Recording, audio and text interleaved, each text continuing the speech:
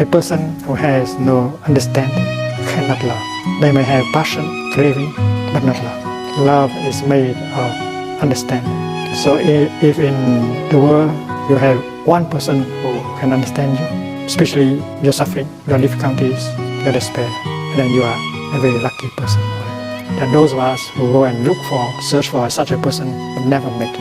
As we practice and observe, we see that if you understand your own suffering, look at your suffering, and you know how to hold your suffering and listen to it and look deeply into it, you'll find out the roots, the nature of your suffering. And that kind of understanding brings the relief right away.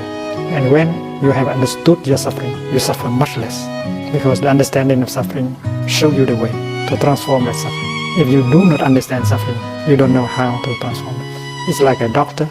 Before the doctor sees the nature of the illness in the patient, he cannot do anything to help him. So understanding the disease, the cause of the disease, is crucial for the doctor to prescribe the kind of practice or medicine that can heal. The same thing is true here.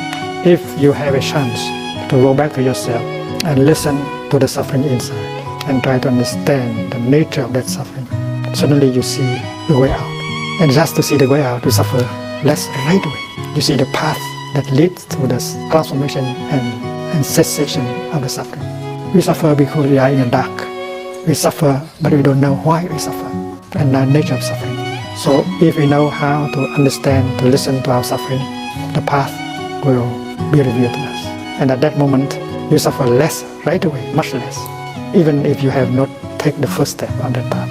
And when you have understood your own suffering, it's much easier to see and understand the suffering of the other person. It means that before you can understand someone else, you have to understand yourself. That insight is not confined to Buddhism, to the Buddha. Many sages, many wise people in the world know that. Connect to Atman. Understand yourself. First of all, understand your suffering. Because your suffering carries within it the suffering of your father. Your suffering is also the suffering of your father. Your father had that suffering, but he did not know how to transform it, so he transmitted to you. Your suffering carries within itself the suffering of your mother, of your ancestors. So understand your own suffering, you understand the suffering of your father, your mother, and your ancestors. That is the teaching of the Buddha. And your suffering also reflects the suffering of your partner, of the world. So understanding suffering is the first step.